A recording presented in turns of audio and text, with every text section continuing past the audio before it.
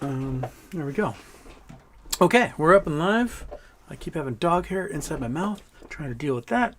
Sorry, I'm 2 minutes late. I'll try better. I've got my gold shirt on today. It's got like actual, I don't know, gold in there. I love it. Indonesian batik. It's the best. Got the monkey butt. Got the very loud dog. Got the clickety clack.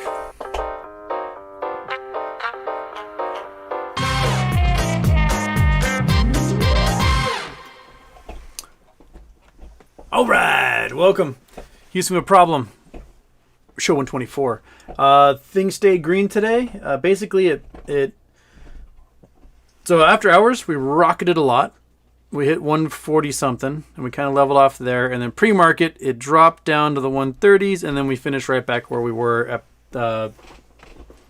aftermarket yesterday.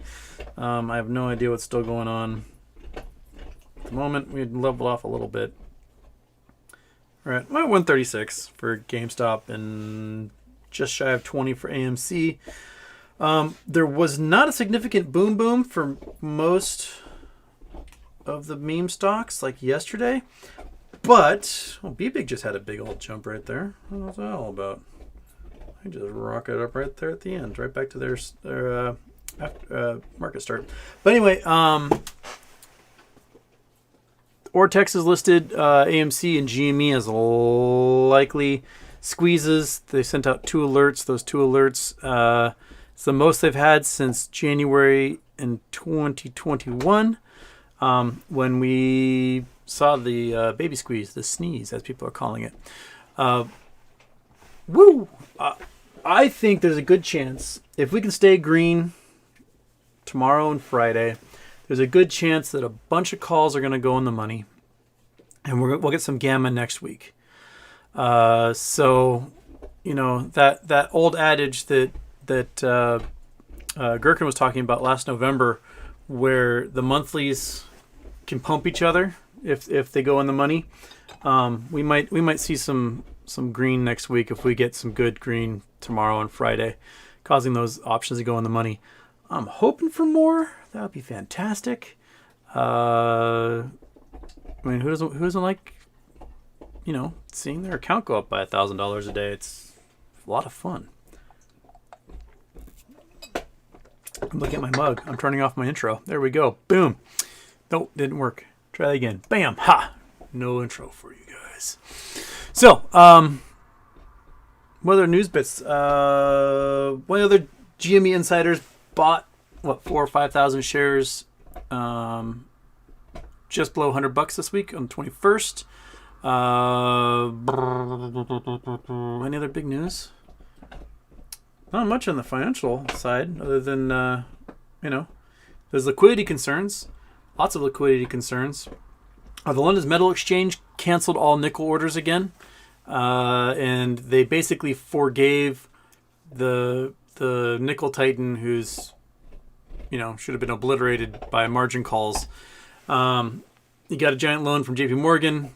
The London Metal Exchange canceled all of those orders, save the shorts, which, I mean, this is regulations in the UK, which is different than the US.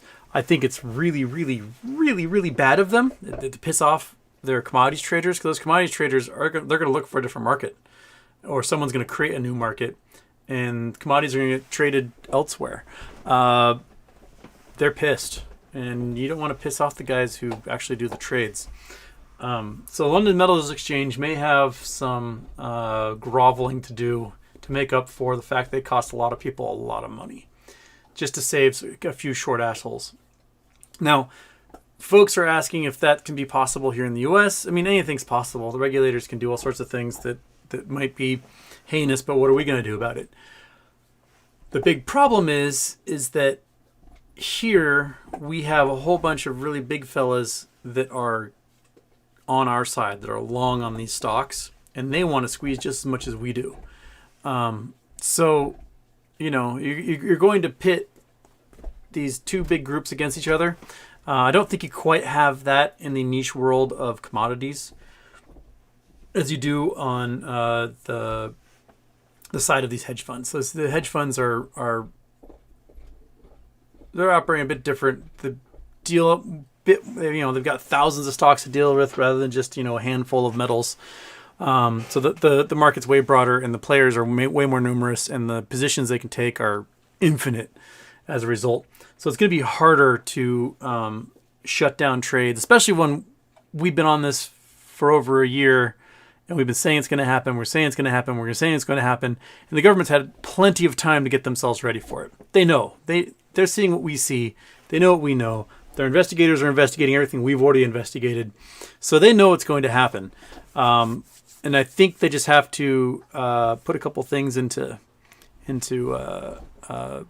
place to just let it rip. Why not? Why not? Why not? Okay. Carlos Rio Cruz, give me a birthday cake. Meow meow. Did you know Elvis's hairstylist was also a spiritual advisor? I did not know that. He did have quite the coif. I approve of the coif. I've got a coif of my own. No, that's the Elvis prayed at the altar of the Fat Fried Elvis, which I think I've talked about before. Is a damn good sandwich. I mean, I can understand eating 10 of them a day and then dying on the toilet after consuming 100,000 calories a day for 6 months. What a way to go. What a way to go. Okay. Up to the beginning of the chat. Let's see where we are. Pankaj Kumar, Houston. LME canceled nickel transactions to save short sellers. No one can do anything. Can the U.S. government do such things as prevent MOAS? We just touched on this. They can, but will they? I don't think so. I don't think the government wants to piss off 10 million investors. Not with midterms coming up. Not with, I just don't think they want to do that. So, I don't know. I mean, they can, but I think it'd be not in the market's best interest, and not in the best interest of the voting public, and not in the best interest of the average investor, period. Special K9, Houston, long time, first time, fellow Seattleite, love the green and GME. How about them Aqua Sox? Happy hump day. Well, the Aqua Sox are, beautiful little single A club up in Everett. My first professional baseball tryout was at the stadium where the Aqua Sox play. And I saw the strongest arm I've ever seen in my entire life. This big fat redneck dude, not in shape at all, but flat-footed. There's a little, like a football field next to the Aqua Sox stadium, and they were doing long toss. And this guy was trying out as an outfielder, and he was a portly fellow. But I'm pretty sure they signed him just based on the fact that, they could put him on a diet. But flat-footed, end zone to end zone, threw a baseball that I think damn near took the dude's arm off who was catching it. It was one of the most impressive things I've ever seen in my life. But I did not get signed at that. No, they didn't give a shit about a knuckleballer until R.A. Dickey came along, and then all of a sudden they're like, oh, knuckleballers. But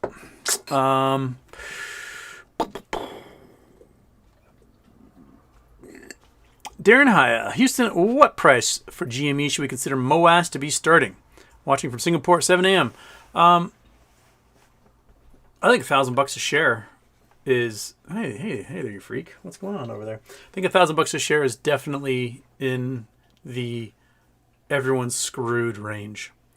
That is an amount that, you're looking at, what, $5 to $7 trillion in liability. Like, I don't think anyone can bounce back from that. I think that's margin calls all around, and we have a giant liquidity crisis going on, where we got news in the last couple of days of a few small firms weren't able to secure loans to meet liquidity requirements for their margin, and they're done. They got vaporized yesterday. So we get to that range. We get to that $1,000 a share range. It's over, man. I don't think they're able to hammer it down from there. Oh, dude, you have got some serious. You've been chewing that bone. You are so slimy. So yes, move that out of the way so you don't open up new windows. And we can just patch your little dome right there. Yes, hello. Okay.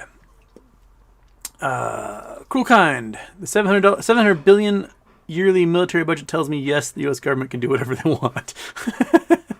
Kind of there. John Castro, are we rich yet? I mean, we still aren't as rich as we were last July or last June. And we weren't as rich as we were last March. And we weren't as rich as we were last January. We're getting there.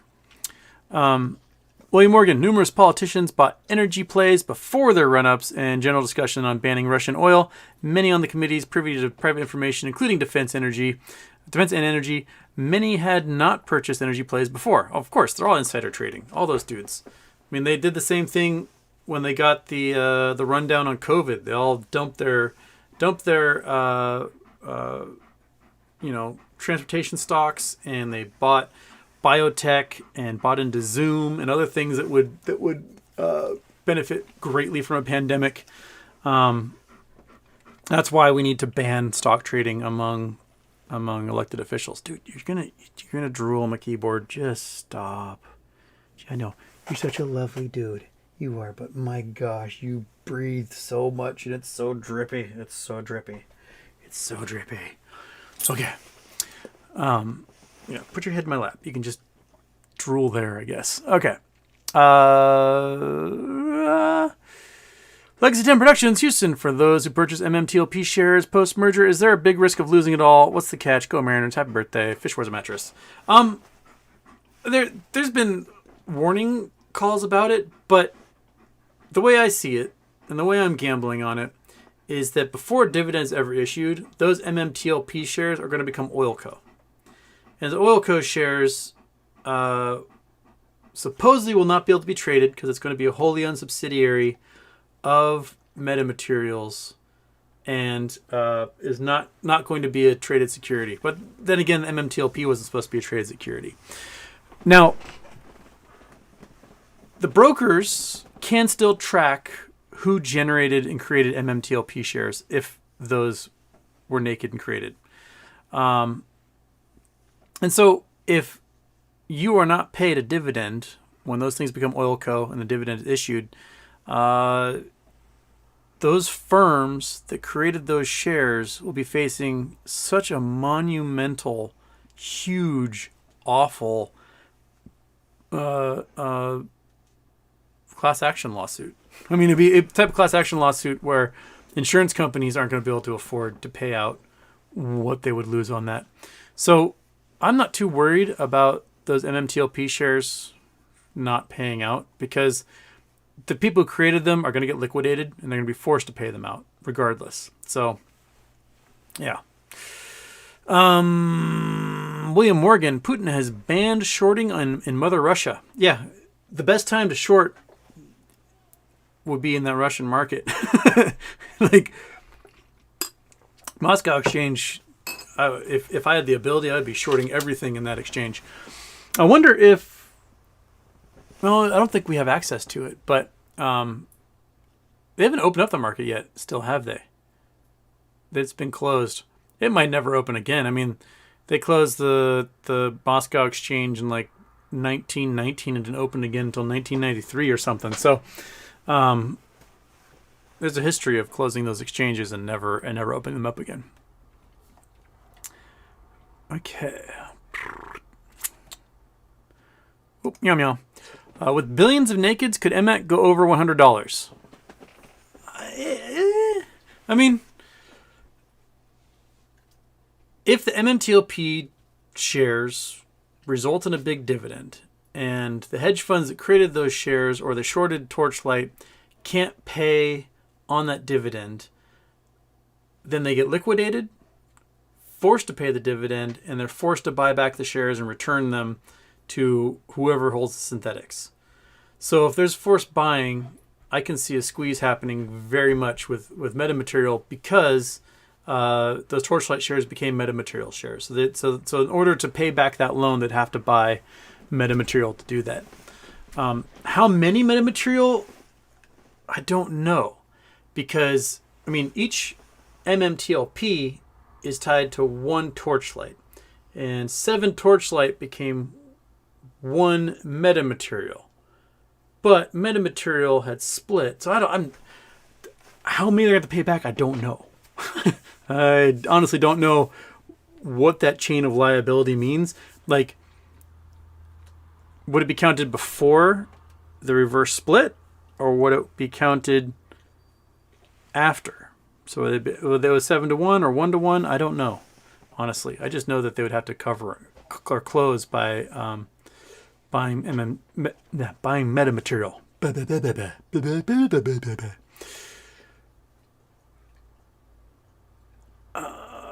Grape, have you watched Hannibal TV show? No.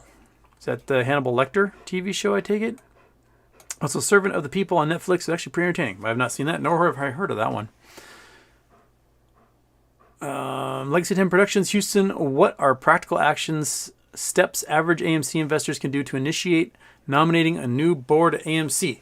I posted the link to the corporate charter that explains how to do that, and it involves, you have a window, you have a 30-day window between 60 days and 30 days before the first anniversary of the previous shareholders meeting. So the shareholders meeting was July 6th of last year, which means you have between May 7th and June 6th of this year to nominate members for the board. And I think they have to put those nominations up for vote during the shareholders meeting. So you have that 30-day window. So if there's anyone you want, you have to write a letter. There might be a particular format you have to make the letter. I would look in that document and see. But yeah, that's what I would do. That's the practical step. So you have that 1 month window. So if you want, write the letter now and have it wait there, and then after the 7th of May, drop that sucker in the mail, and you can nominate people. I think it's really important to get apes on the boards of these companies, and some of these companies don't make it as easy as AMC has it in their charter to put new board members on. Some you can only the board can nominate new members, no matter what the voters of say. like the shareholders can't nominate. Only the board or the committee that governs that can nominate, which is, that's how you lock in bad actors on those boards. And you'll notice there's that lawsuit that got announced today that BCG is suing GameStop for $30 million in unpaid fees for some work that they never actually did. That's one of the ways predatory boards destroy companies, is that they take huge hunks of capital, right? They give it to a short hedge fund or an arm of a short hedge fund for consulting fees. And what that consultancy does is nothing. They do nothing to improve anything. It's just a way of draining liquidity from the company itself and help destroy it. And so late 2021, Ryan Cohen comes in with his big buy, does a hostile takeover of the board, basically kicks out all of the hedge fund stooges and rewrites the show. And now this consultants company that was hired by the hedge fund stooges to basically destroy the company is all pissed off because Ryan Cohen's not paying them because they never did anything. So they're going to try and sue. It's what they do. And right now they're sitting on so much cash, even if they lose the lawsuit, they'll be fine financially. But yeah. Meow meow. Holders of MMT will most likely dump their dividend into more stock, which will augment FOMO. That's true. I mean, imagine that the sale of the land is between $2 and $4 billion, right? And just that, not counting any of the nakeds, just that would probably result in $1 to $3 billion in cash in the hands of these metamaterial investors, who will turn around and dump that $1 to $3 billion back into metamaterials, which would explode the market cap of that company. So, multiply that sucker by 10. If Torchlight was shorted up to 1 billion shares, all being dumped back into that company, all being dumped into in-the-money calls that they can exercise at any time.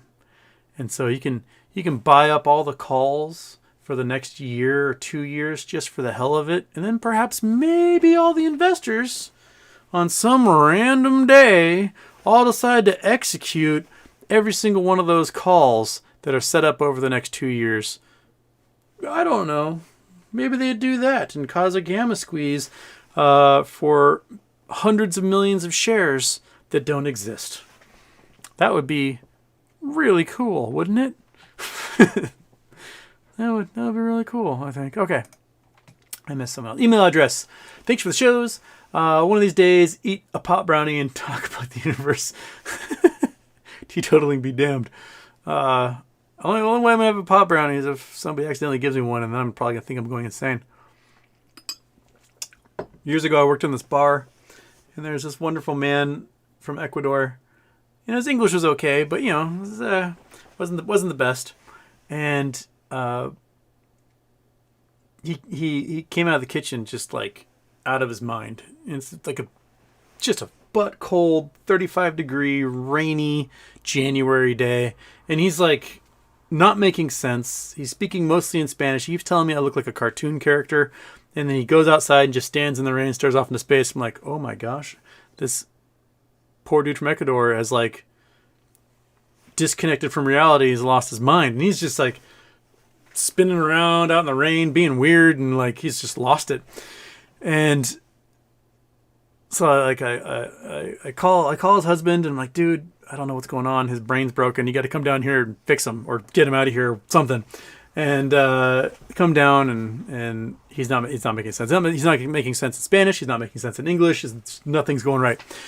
And so they take him out of there and get him home, and we just make do with, like, out a cook at the bar.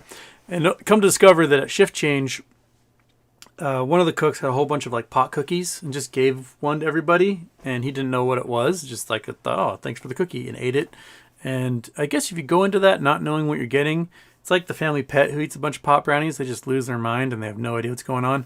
That was him. So if you know what you're getting, then it's totally expected. If you don't know, then it's it'd be like, I was listening to some interview.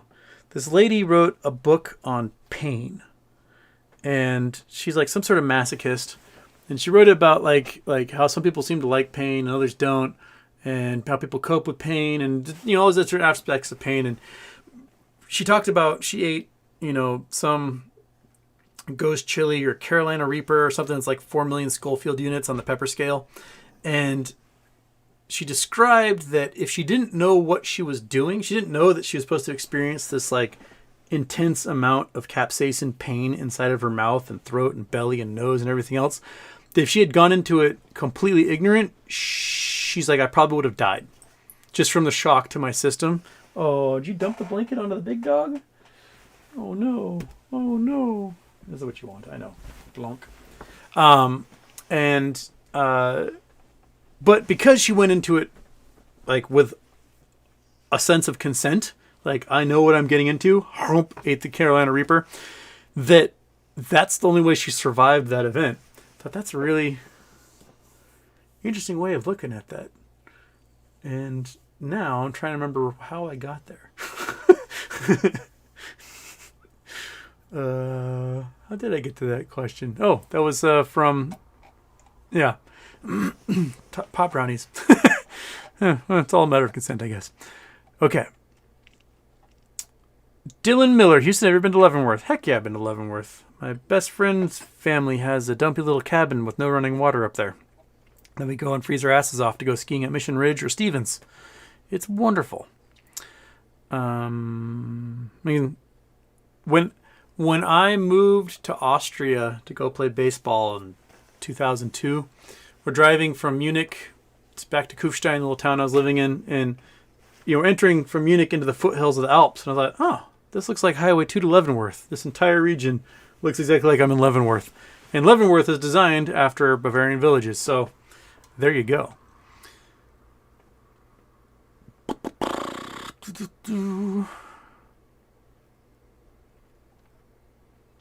G-Fund YYC, check out 13-week T-bill IRX. It's gone exponential since January. It's a massive collateral shortage.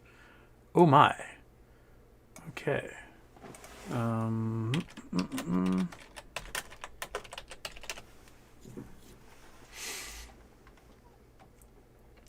Okay. Is this one it? Year to date? Oh my, it has. So we were at 80 cents, 53 cents on January 3rd for the 13-week T-bill. And we are now at $4.80. Holy shit. That is huge. Dang, son. What the heck? Wait, where's this one? Wait, I was looking at the wrong one. Sorry. All right, year to date. No. Yep. 48. Yeah, that's exactly. Holy shit. You're right. It peaked. When did it peak? Yesterday, it was at 52. It's gone down a little bit, but that is, interesting. Interesting, G-Fund. Interesting. Okay. Meow. Anybody remember Future of Video Gaming, Space Ace, and Dragon Lair from 1983? No. All those games. I may have played some of those games, but I don't remember the names of them. Like, you remember Donkey Kong? You remember Space Invaders? You remember Pac-Man and Mrs. Pac-Man? But the other games, I don't remember their names at all that I played back in the 80s. And like the Atari systems and the ones that were at the Pizza Parlor arcades, I don't remember their names at all, man. Not even a little bit. Okay. But G-Fund, yes. 13-week T-bills. Interesting. I think we're going to have, there's going to be a collateral shortage, and we're going to have a giant liquidity shortage coming up. Just huge. Where nobody can cover anyone's bad bets, and then it's just over at that point. Okay. Curious One gave me some coordinates. Let's see where we're going. We are somewhere in Europe, I think. Let's check it out. Let's go here. Bam. Yep, heading east. Going to Europe. We're going to Italy. We're going to a valley. We're going to, there's a green space here. There's a little Della Frata. Oh, we're on the edge of a big old tower town here. Okay, looks like there's a cliff or a road. I can't tell. There's no... Oh, we're in San Marino. Okay. New database available. Need to restart. Okay. Well, take me in here. Take me to San Marino. I've never been to San Marino. I would love to go. Where am I? Okay. We are here. We are at the edge of this is a beautiful view. What a cool spot for a little town of 30,000 people that's its own nation. Along this fortified wall here. Make a goal from here. That'd be impressive. I'd try it. I dig it. Curious. Hypothetically, if some lovely ape lady were to take Vlad on a date, that's just this place. Google Earth gives you a good view. And nice, if you're going to push somebody, you don't just shove outwards. You have to shove upwards and outwards. Get them off their feet. That's the key. That's what my karate sensei taught me when I was young. I remember, so I hit my growth spurt in like 9 months. I went from 5'4", 118 pounds to 6'4", 118 pounds at 13 years old. And I was as tall as I am now. Just 100 pounds less, basically. And I'm in my karate class, and Virgil Rogers, the late Virgil Rogers, who was a wonderful sensei, he's trying to explain, how to push someone if you have to push somebody. And he's demonstrating like very slowly. He crouches down and he pushes it just ever so gently, just hits me in the chest, and I flew across the dojo and smashed into the mirrors at the end of the dojo, and they shattered all over me. And I look up and I just see this face of like, oh my God. He just said, you don't weigh very much at all. And yeah. So if you're going to push somebody, out of love, off of into a goal down below, you push up with them. Okay, Brawl, is 1XX share in GME enough for life-changing wealth? I think so. What we've been talking about is that when the sucker gets to its major squeeze, they'll be forced to buy anything and everything, no matter how it comes. So they won't be able to care about price. They'll have to take any share available because they'll have to close positions. And they just have to close and have to close and have to close.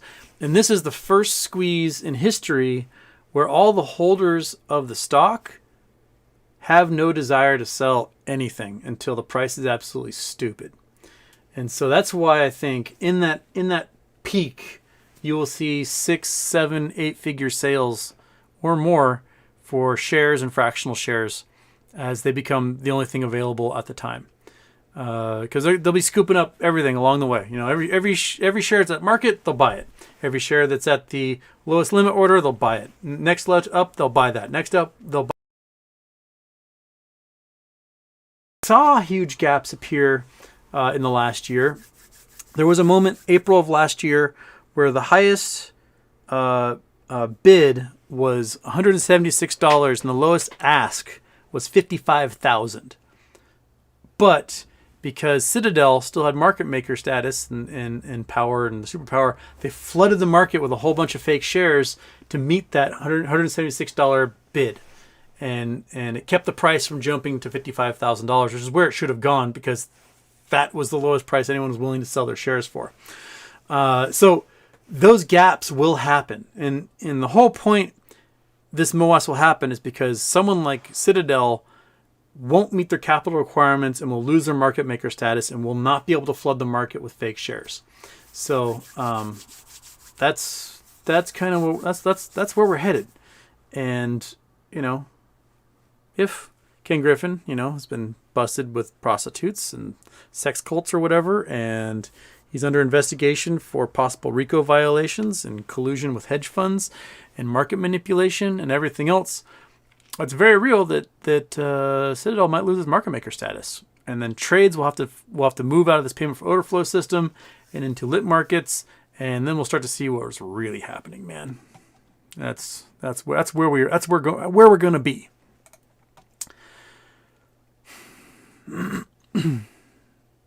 Coffee, Donuts, and Homer. Paul Manafort stopped from going to Dubai, USA. Passport revoked. Interesting. I haven't read about that yet. For those who don't know who Paul Manafort is, he was the campaign manager for Yanukovych, who was the Russian-backed, essentially dictator president of Ukraine prior to the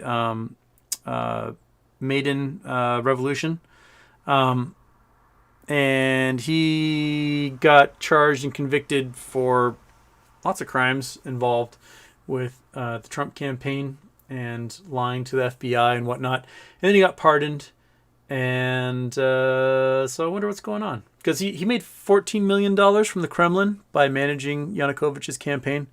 He definitely has deep Kremlin connections. So I would want to keep him in the country. I wouldn't want that guy going outside the country to Dubai, where a whole bunch of Kremlin insiders are hiding out all of a sudden. And you also see that Putin's top aide quit his job and fled the country. And there was a special flight that managed to get from Moscow across a whole bunch of closed airspace and ended up in Romania, I believe. So there were beliefs that there was a high-ranking official next to Putin that was feeding information to U.S. intelligence. And my guess is it might have been this dude. So shit's happening, man. Shit's happening. Okay.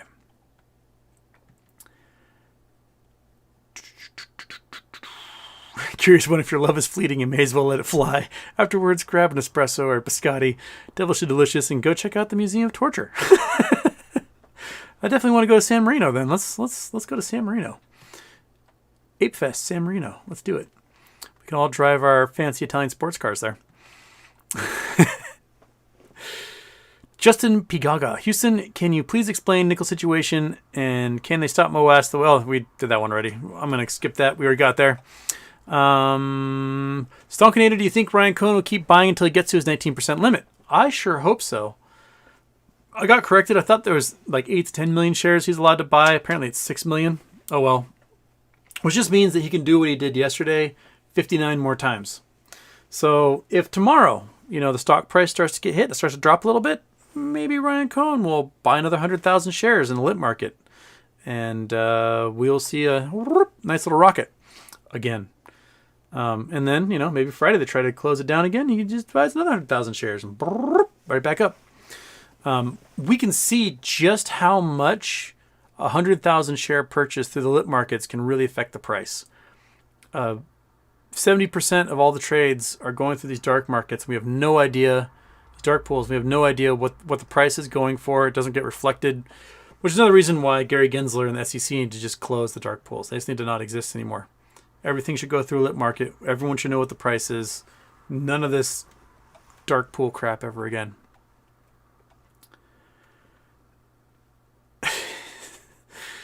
Okay. Chad Clifford, Houston, how are you? I was wondering if you still think RC has something diabolical in store for hedge funds. Any squeeze price predictions for GME at the peak? Well, I just did the GME peak thing. But yes, I think Ryan Cohn is enacting his plan right now.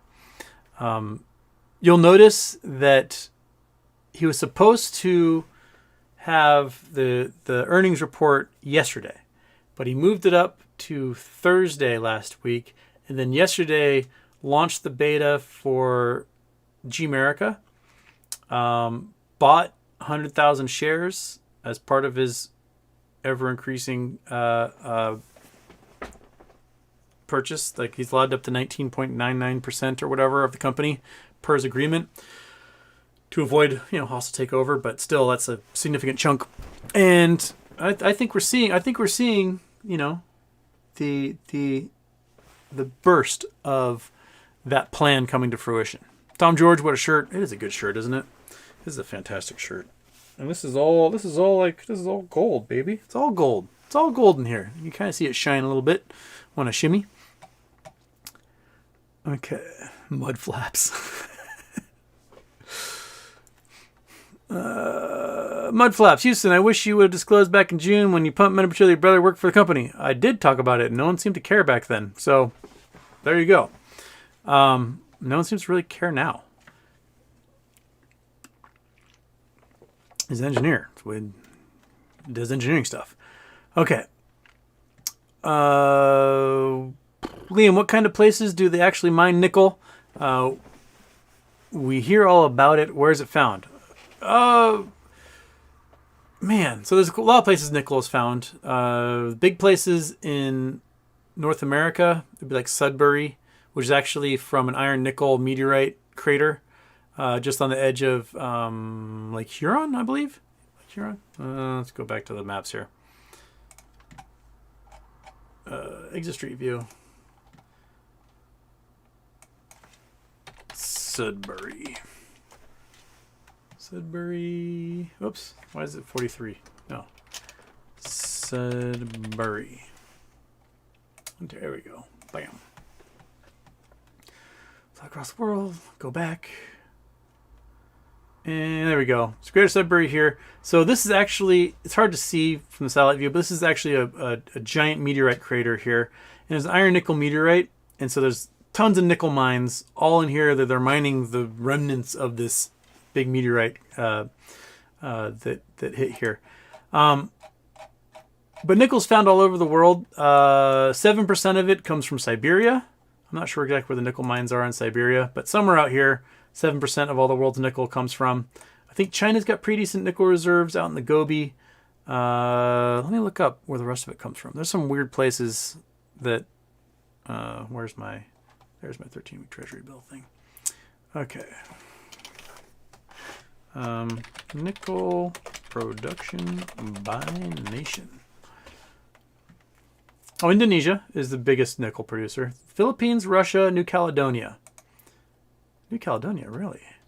And then Canada, Australia, China, Brazil, Cuba, and then the U.S. Those are the top 10. I should probably make it so you actually see what I'm looking at. This is just the Wikipedia page.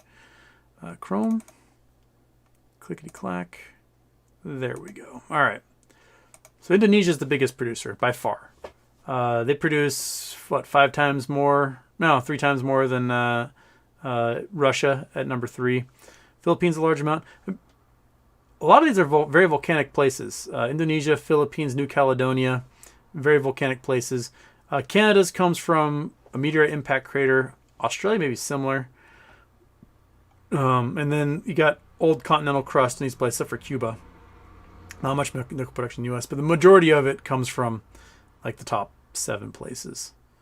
So, yeah. Some of the nickels in Canada, there's the volcanic metal sulfides on the Craton. They have nickel in them.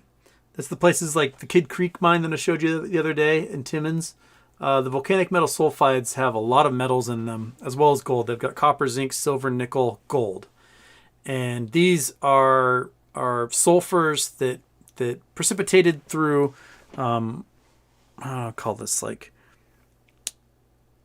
through hydraulic means. So you have these big magma chambers. They were heating all this metal, but there's lots of water trapped inside, and they moved up through the cracks in the rock, and then they condensed inside of these sulfides. And think of it as sort of like fool's gold that's trapped other metals inside of that fool's gold. So you grind it up, you throw it through a bunch of acids and oxygenators and oxides, and then you start to separate the different metals through those processes. It's pretty convoluted. Indonesia, Philippines, Russia, New Caledonia, and then the good chunk of the Canadian stuff, it's almost native nickel. The ore is not mixed too much with other metals, so you're just separating the nickel out from small impurities. And that's easier mining than through like volcanic metal sulfides. But then you can get byproduct nickel and stuff from that. Bones, is Bed Bath & Beyond the real play now? No, it's just a play. Yeah, it's a play. It's in the same ETF baskets as everything else that is in the meme stock realm that we're chasing to murder the shorts. They don't have quite as big a backing because people love video games, and video games make $200 billion a year. They are a huge market. People are nostalgic for them. Meow Meow's question about video games from the 80s, like, it is a part of their psyche and identity and experience. People aren't as excited about toothbrush holders from Bed Bath & Beyond. Like, they need them. They have one until it breaks or gets too gross, and they chuck it and they get a new one. They have a bath mat. They've got a shower curtain. They've got a pillow. These are things they use, but they might not necessarily be super passionate about as and the repurchase rate isn't quite as much as with a video game, because you might buy several video games a year. You're not going to be buying like 30 pillows a year. So that being said, it's still some stuff we need. It's still brick and mortar that's got potential to expand into e-commerce and to be set up in a similar way as GameStop. But I don't see it as loved as GameStop is. Like, people are nostalgic about GameStop. They're not necessarily nostalgic about Bed Bath & Beyond. So it's a play, but it's not the play.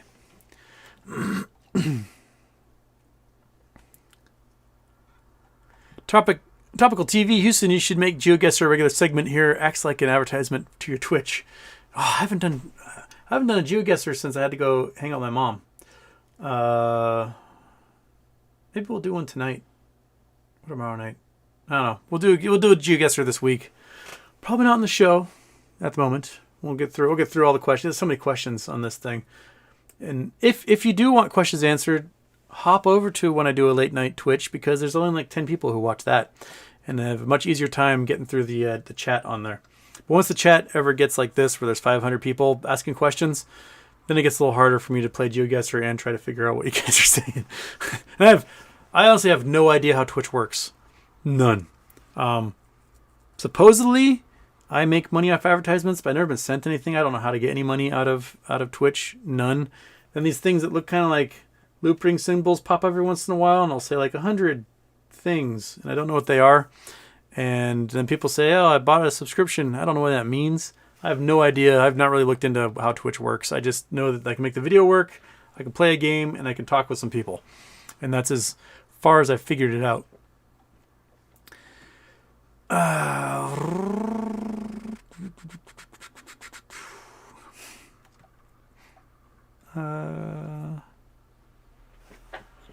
Fudge your teats off.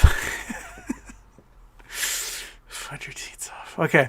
Hey, Houston, caught yesterday's show late, but saw you talked about satellites and space trash a little. I didn't see you pull up Leo Labs visualization, though. It's a thing you know about. I did Astra Rank. I haven't done the Leo Labs one.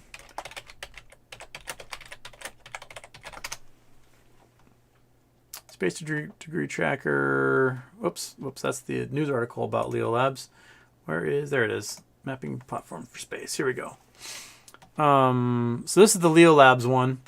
They're mapping space debris and satellites as best they can. Do they have their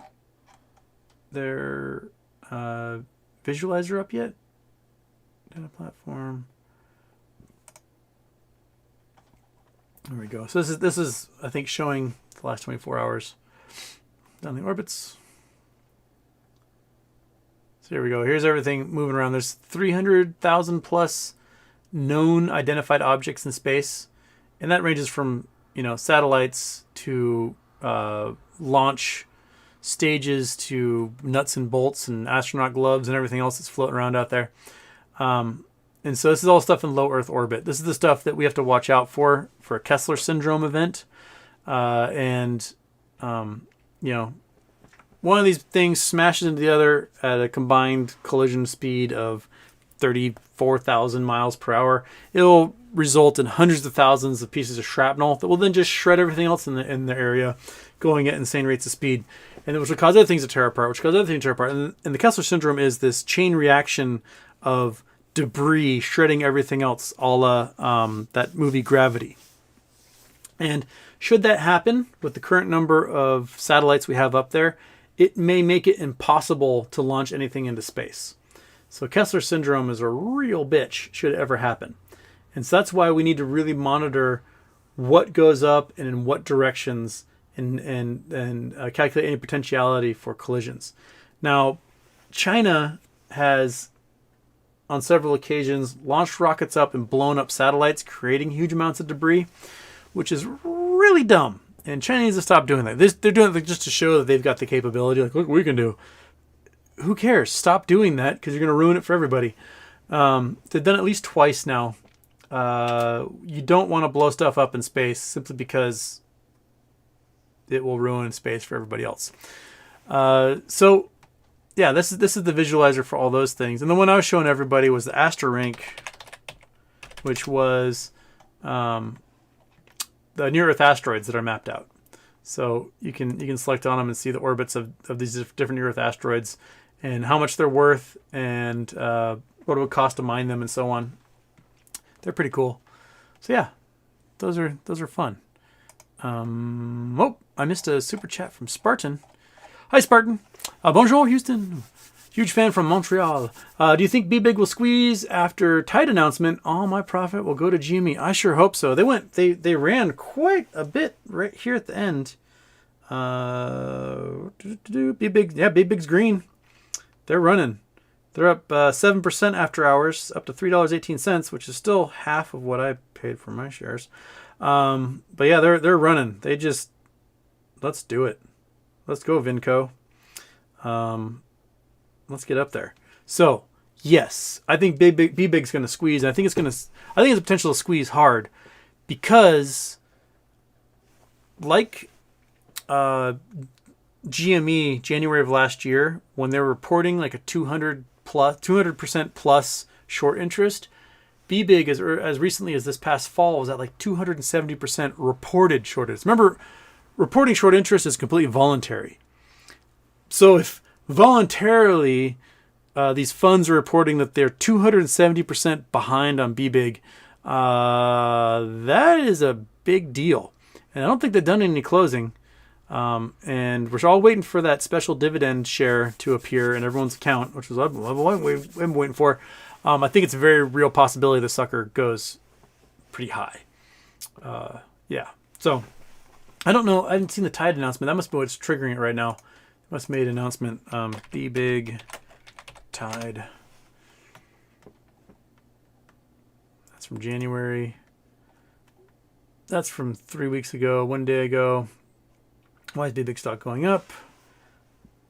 Cryptide is due to trade under the ticker TIDE of the NASDAQ exchange. Blah, blah, blah. Nothing popping up in the last few minutes here. Maybe there's something on Twitter. Excuse me. We got to search, not type something out.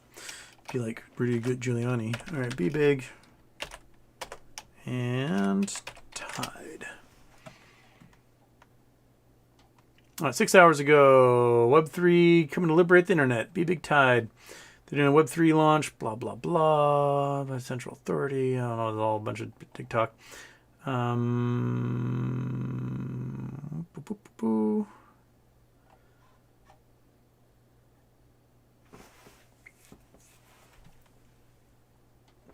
People talking about BBIG having a $5 to $7 billion valuation with a current market cap of $555 million.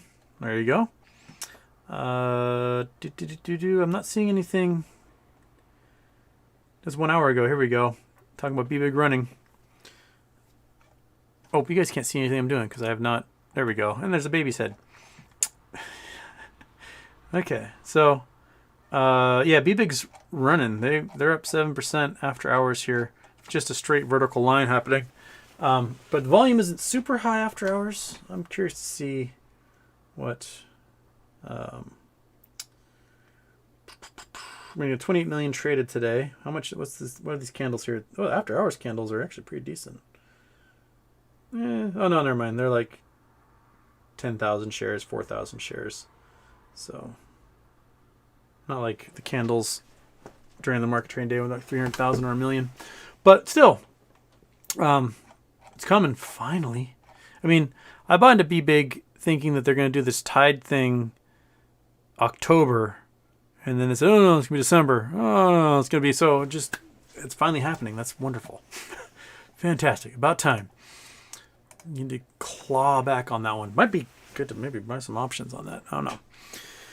Meow. No similarities with this in the last century. Pandemic, inflation, nationalism, dictators, annexing land, concentration camps, propaganda. Yeah, man, Battlestar Galactica. This has all happened before and it'll happen again, man. There's those who don't know history are doomed to repeat it, and those who know history are doomed to stand by idly and watch everyone repeat it. That's the world we're in. People have to learn their lessons the hard way. Not everybody is wise. There's an adage. A smart person learns from their mistakes. A wise person learns from the mistakes of others. And then there's a lot of people who just have to like keep touching this hot stove to figure out that they shouldn't touch the hot stove. And I'm afraid that's like half the population. Dude. Okay. Did I get all those? Karen Mirza. Nikola is starting to build trucks. Also is copper good material to reduce germs when it's touched and others touch it after. I've read stuff about antibiotic properties of copper, but then I think I saw something that said it wasn't quite true. No. All right, let's hear.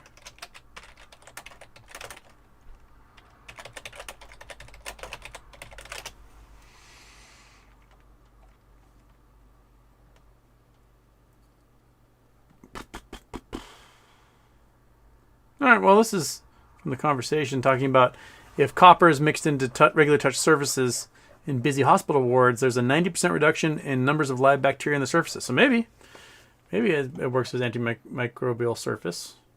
Here's a study from, who did this one? Seagrass. Oh, apparently copper does not like being on metallic surfaces. So yeah, I guess you got a thing there. Yep. I don't know, known the ancient stuff. I don't know. I don't know if the ancients actually know things, or they just made stuff out of copper because that was the metal they could pound into something. I don't think when you associate things like ancients knew about the antimicrobial properties of copper, ancients didn't know what microbes were, so I don't quite buy into headlines like that. Wildcat Strike.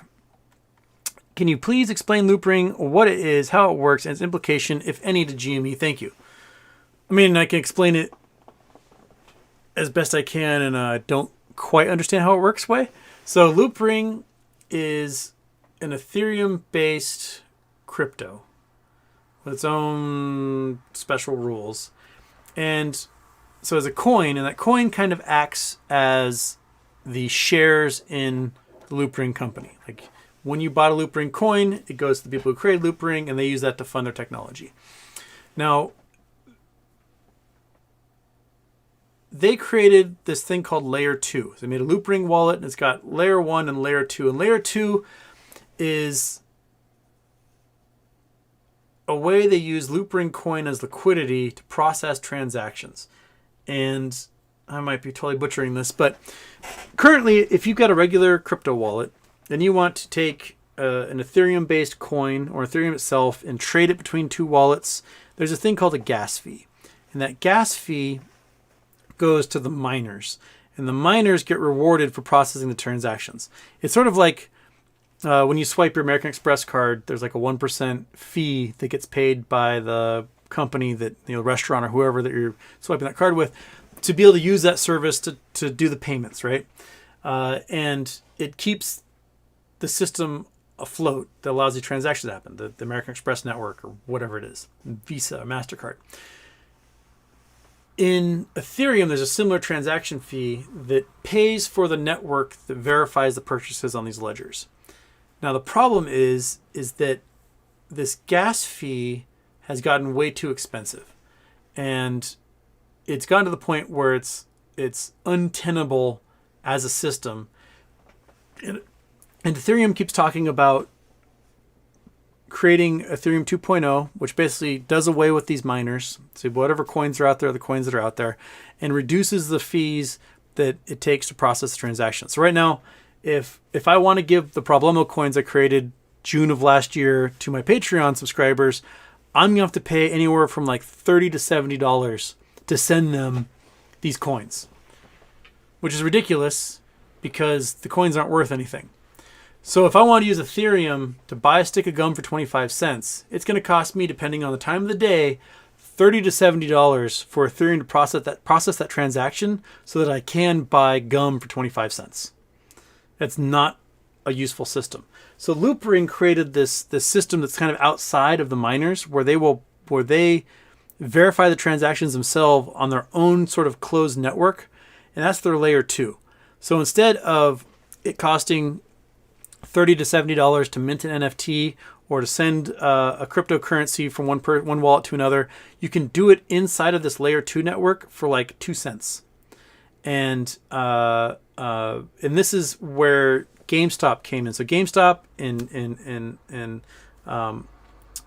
Loopring and Immutable X created the gmerica platform on the Layer 2 of the Loopring network so that things that are made into NFTs and crypto coins can be exchanged for very, very, very small fees compared to the rest of the Ethereum network. And this is where a lot of transactions are going to move to because it's so much cheaper to do these transactions. So you have a video game that you downloaded, you get it minted as an NFT for a few cents, you can play it for as long as you want, and then you can sell it on the GameStop network, the gmerica network, to somebody else. And you can sell that game and get the money for it or whatever. Or you can have in-game DLC content, skins, weapons, characters, whatever. You can trade them on this network for cheap. So rather than like, oh, I got this really cool skin, but I'd like to trade it for this weapon on this other game, you can do that trade for like 2 cents rather than that trade for like $70 in gas fees. And that's the big aspect of how Loopring is doing what they're doing. And it's basically taking what Ethereum's been promising for 2 years to do and just doing it themselves. So they like cut out the middleman. They're like, all right, we may use your platform, but we are going to make this like little closed network that does everything you've been promising for years now, and we're gonna go that way. Okay. All right. I hope that explained it well enough for you. Nevitz0974. What three meme stocks pose the greatest threat to the hedge funds? I say GME, Metamaterial, and BBIG. Thoughts? Well, GME, definitely. In the immediate future, probably GME and BBIG. Those two. Number three, I mean, AMC rides with GME. And I think if AMC can get into the $100 range, then they can pose a huge threat to the short hedge funds. But I don't know if the board at AMC will ever allow that to happen. That's where I don't have my faith. Metamaterial, I think, is something that can happen, but I don't think it will squeeze until they're able to sell the oil lands. I have no idea how that's going or what's happening with that or what the time frame is on it. Oil, after going to 130, has kind of dropped a bit, but there's still talk that it's going to go to like $200 at some point this year, regardless of a war in Ukraine, simply because the supply chain is so screwed up. And Saudi Arabia refuses to pump, and global politics, blah blah blah. So yeah, I think GME's in there. I think BBIG might be in there. BBIG is kind of this dark horse that people didn't really think about until they saw the numbers and then went, oh shit. And that's where we are on that. Okay. Daphne, Houston, happy birthday. If you're familiar with San Francisco, I was told yesterday if there's a tsunami, it could be bad even for our office buildings. We're on third floor across from Pier 39. True? Well, I don't know the history of tsunamis reaching San Francisco. We can look at the map. Bring the Google Earth up. Okay, so there's a couple of things, places where big tsunamis can hit the West Coast. You can have an earthquake in Japan, send one across the Pacific, and it hits us. You can have an earthquake in Alaska, send one down, it hits us. Now, the earthquake in Japan 2011 did send a tsunami across the Pacific, and you'll notice you see these big fracture lines that go east-west on the Pacific plate here? These big stress fractures actually channel a bunch of force into certain communities. So the only place where the tsunami from Japan actually did any damage was in Crescent City, California. If you follow the sucker... Oh, jeez, my knees. Hush. Bark, bark, bark. She lives here. It's fine. And so it follows all the way in, and then basically hits the Crescent City area. So this whole region here, actually the Lost Coast, actually gets affected by tsunamis way more than others from the cross-Pacific stuff. Now, the tsunamis that happen, like there's the Gulf of Alaska earthquake that happened in 64, Monkey? Is that when it happened, 1964? That created a big tsunami, hit the Washington, Oregon coast pretty hard, but it didn't hit California as hard. So that's probably because of the shape, and these tsunami waves don't quite refract in the same way that wind-blown waves do. So if you were able to get a tsunami somehow come across the Pacific, it may flood and slop into the bay pretty heavily at some point, but I don't see a mechanism that would quite create a wave that would hit this place as well. San Andreas Fault is strike slip. It moves side to side and not up and down, and that won't really generate any tsunamis. So I wouldn't be too worried about that. Any earthquakes from like Chile, those propagate outwards and is not going to create big tsunamis going up the coast at all. So I wouldn't be too worried about those. I think you're okay. But, you know, if you get a big warning, go up. Yeah, if you get the warning, just go up. Go up. That's so good. And Walkout Strike, got it, thanks. The future is still stupid, lol. The future is very dumb. Everything future is just so stupid. Okay. All right. Who did I miss? Because I'm only way behind in the chat as always. Okay. All right. Roxanne has been deleted, so I don't know what Roxanne was doing, but she got vaporized for doing something. And I am always behind in the chat. Okay, so where did I leave off? I can't remember. Monkey Butt contemplating existence in the background, right, Monkey Butt? Oh, she's now laying down in the giant mess she made. I still haven't cleaned up like the stuffing of that creature that she was given that's been torn to shreds. So she's like made a nest out of all of that. Poor little fluffy dog. Monkey Butt does feel neglected with the big dog around big time. She is such an only child syndrome. And this guy is so affectionate and cuddly, and Monkey Butt is not. Don't put your head in the keyboard. That she doesn't really know what to do about it. She knows she's super jealous, but she doesn't want to cuddle at all. But this big oaf, you big dumb barking oaf, you cuddle all the time. You just can't help yourself. He's very much like 100-something pound lap dog. Wants to just curl up on your lap. Yes, that's you. Oh, and you like to burp in my face too, like you did right there. Yeah, yeah. Oh, dude. Whew. That was from deep.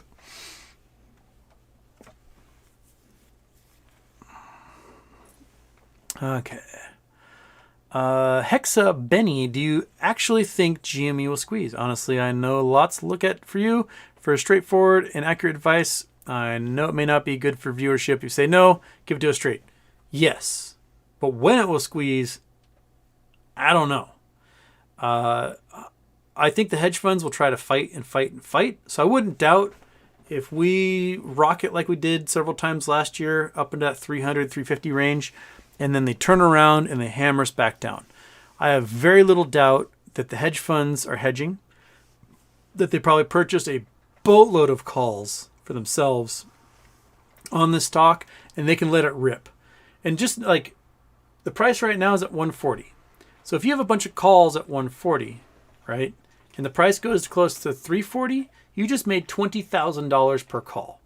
So you've got thousands of those calls that are all below 140, and you're making 20,000 plus on every single one of those things. You can cash those suckers out, use that cash as liquidity to use towards margin, and then naked short the price right back down again. But you can also use that cash to buy a bunch of puts. So you get the price to 340, 350, you buy a bunch of puts at 320, 300, and then you hammer the price back down to where we've been in January.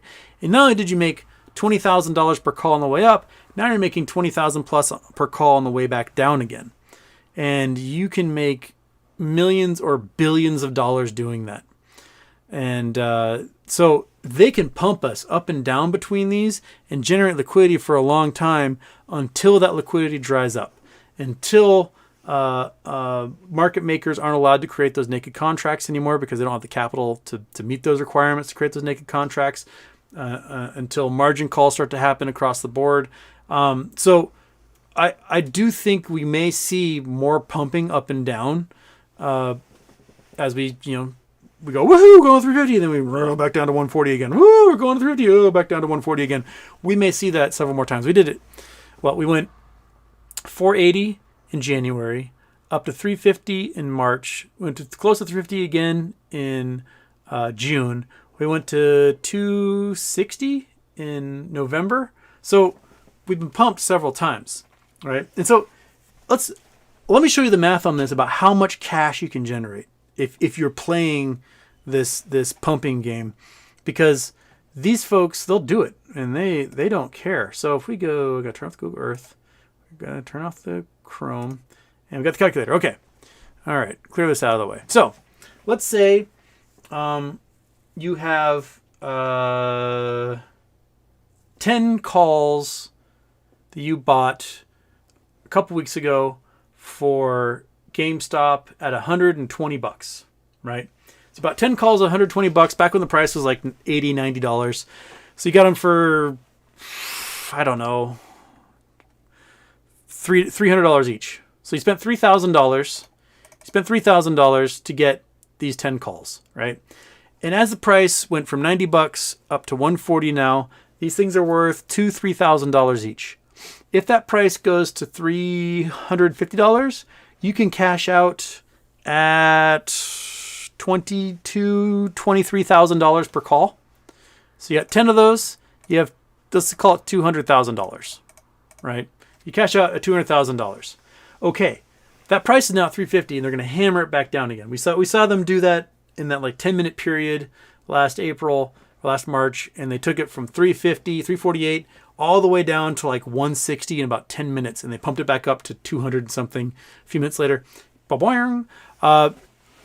You turn this into how we'll say stay at $300 level. So if the price is $350, you buy puts at $300 at maybe $300 each, or yeah, puts at $300 for about $300 each. So we divide that sucker by 300. You now have, we'll call it 667 puts. Make that easy. 600. We'll make it 666 minus the devil's number because there's a devil. So you have 666 puts now, and you drive that price from $350 back down to $100. You just made another $20,000 for every single one of these things. So you now have $13,320,000 that you started with $3,000. Okay, now you're back down to that $140, $100 range. You cash out. You now buy a whole bunch of $140 puts or $140 calls. And you do that at $300 each, right? So now you have 44,400 calls at $140, and you pump that sucker in June back up to $350, right? So now you just made another $20,000 for every single one of these things. And you've just generated $888 million with basically one big, a sinusoidal and a half curve in one play. That's a lot of cash out of just a $3,000 investment initially. So these guys have a lot more cash to play with, and they are gladly playing within the bounds of that of where this thing plays every couple of months. And so, you know, if they didn't do it the first time around, they've got people figuring out that they can do it again. So there is there's a lot of money to be made. I mean, okay, you're now back at $350 and you buy puts again, right? You buy puts again, and now you've got 2,960,000 puts at $300 and below. You make 20 grand of each one of those things, and now you're sitting at $59 billion. So in two sinusoidal turns of that thing, you made $60 billion theoretically.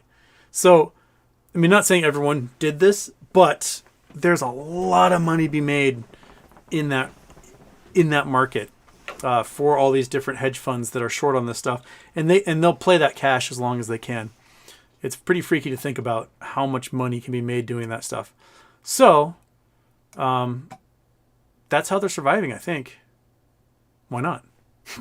Especially if they can generate the naked calls and puts anyway. They can play both sides. It's just, I don't know. You do the math, your head just goes, because the numbers are huge. You're looking at, 100x every single time you make one of these plays, and you just know it's going to go up and down again. Okay, best cam fun. You guys are, let's let's scroll down and see if we can get best cams fun to. Okay. Hit Project Sun. Thank you for getting the hot girls and boys really do try so hard to come in here and just get you guys to look at some hot girls and boys. Has it ever worked for one of you? Have you ever been like, you know what? I'm gonna go look at some hot girls and boys on YouTube. As we know, YouTube is where all the hot girls and boys are. That's if you think of the internet and hot girls and boys, you're like YouTube, Brazers, Pornhub, but YouTube is up here for all the hot boys and girls. Okay, where was that question? I'm still, I'm like an hour behind the chat. I should try to get further on here. Okay.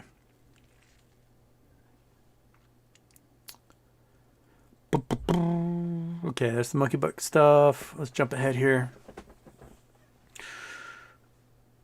All right. People talking about video games.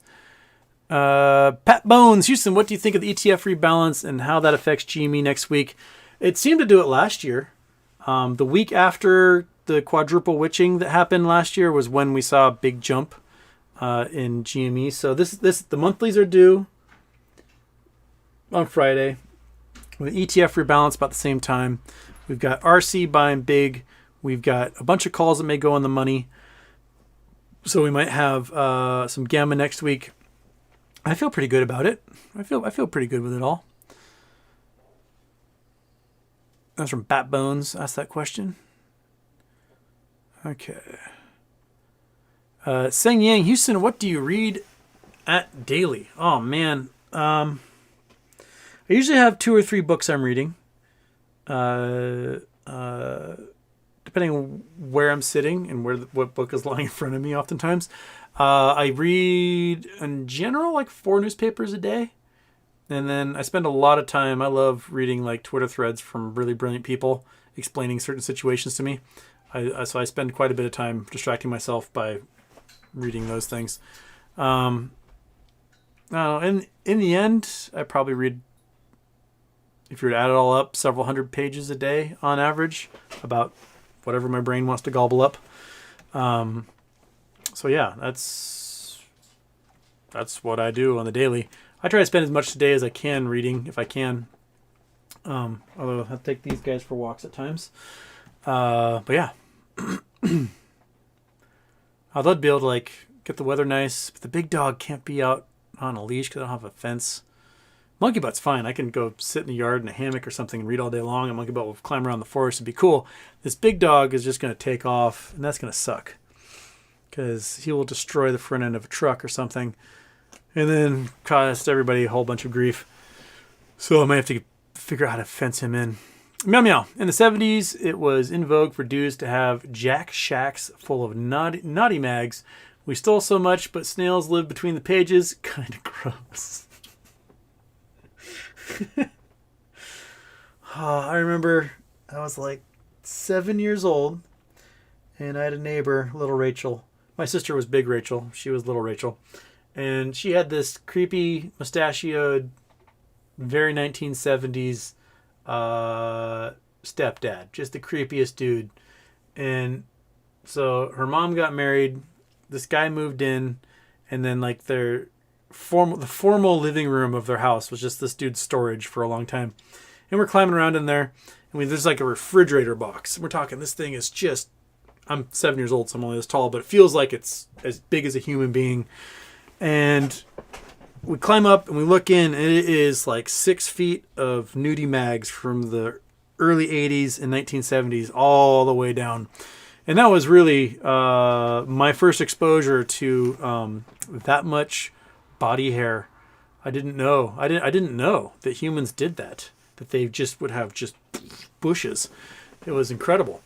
So that was my initial introduction into the realm of gross 70s porn guys. So that's kind of where we are. Okay.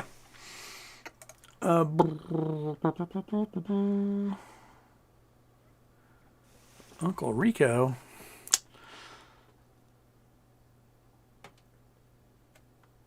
Always on. If no one is selling until stupid numbers, how does it get to stupid numbers? Wouldn't it stall? No, it wouldn't stall because there are people who have limit orders set. There are people who have seriously high limit orders set because in certain trading platforms, you can set limit orders up to $9,999,999.999 or whatever, 99 cents. And so basically there's $10 million limit orders in certain accounts sitting and waiting right now. So if the trading computers buy up everything that's on the market, buy up everything that's been sitting limit orders, and all of a sudden there's a huge gap between a limit order at $420,000 and a limit order at $69,000 or $42,000 and $69,000, then it's going to take a $20,000+ jump. And then clears everything at $69,000. The next one might be at $1 million. It might jump from $69,000 to $1 million because nothing else is available on the market. And it'll keep climbing until everything's been purchased. And then it's going to sit at that price until the next stock comes along. And this one's going to be like, all right, it's sitting at $1 million. I'm going to put one up for $1,500,000 purchase. I'm going to put one for $1,504,000 purchase. I'm going to put one for $2 million purchase. And they're just going to work their way through until all their shares are purchased. And it may take weeks for them to do that because there may be moments where cash vanishes and the buy pressure disappears because they're waiting for another infusion from the Fed or, a brokerage is toast and a prime broker's toast. And now we got to go to an investment bank or the insurance fund runs out of money. Now it's got to go to a prime broker, whatever. So there may be moments in where overnight all the regulators are pulling their hair out trying to figure out how to get cash into this thing. They'll close out positions and they just work their way up. I think that's how I envision it working out if the government doesn't step in to stop the whole thing from happening, which I still think would be a terrible idea. That's how I see it. Okay. Mike Barr, do you think AMC will go as high as GME? No, I do not. AMC has 10 times the float, but not 10 times the owners. I don't think they're as heavily shorted as a ratio, and I don't think the board wants it to squeeze in that same way. Oh, you big dork. You just like to just come in and just be a big dork, don't you? So, yeah. Hi. Just stare at me. Just sit and stare. That's what he loves to do. Just lock eyes. Get the neck scratch and just stare. Okay.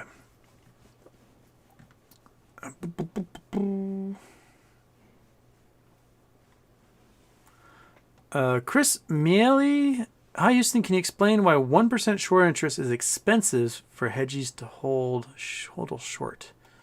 I'm not sure I understand what your question is. I don't know if I can answer it. I'm sorry. I'm gonna have to look up what you're asking to know how to answer that. So I'm gonna ignore that one for now.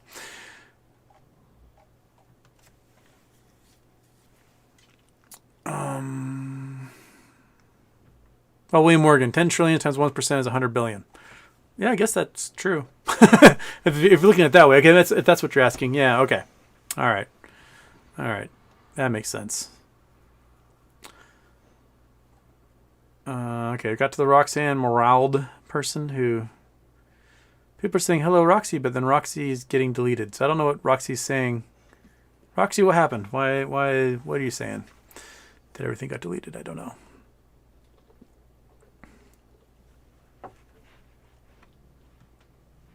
Daniel Egg, will the price of nickel go up so high that our coins will be worth more in melt value? I think we already are there. I think we're at 7 or 8 cents is how much nickel's worth right now, which is pretty ridiculous. Nickels, I think, are a copper nickel alloy, if I remember correctly. Yeah.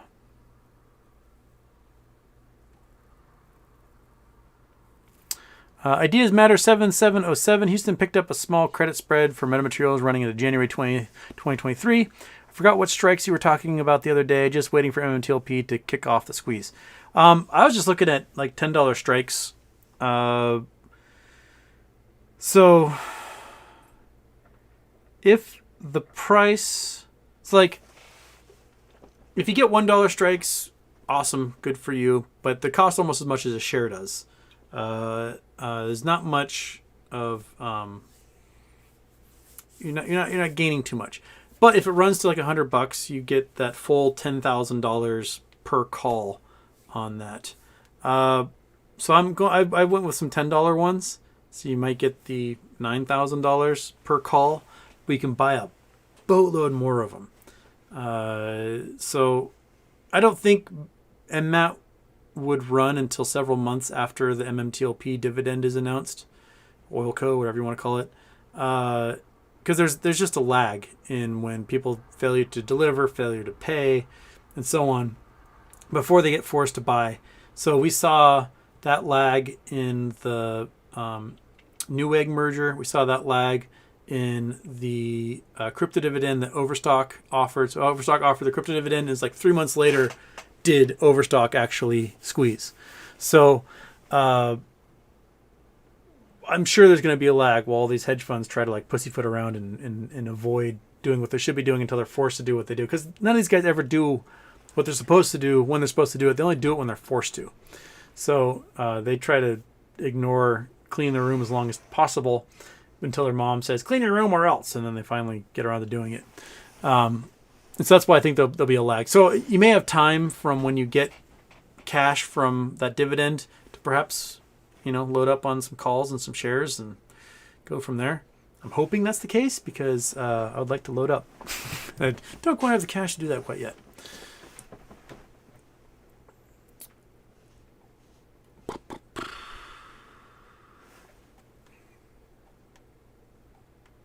Okay.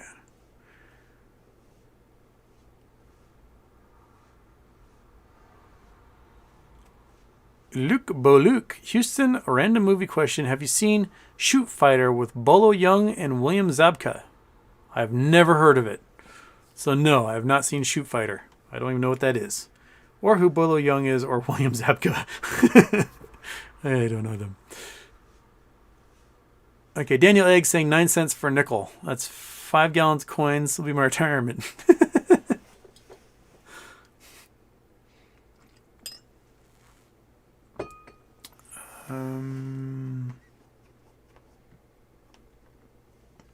Wildcat strike. Are people getting comfortable with Russian aggression? Seems like the market is.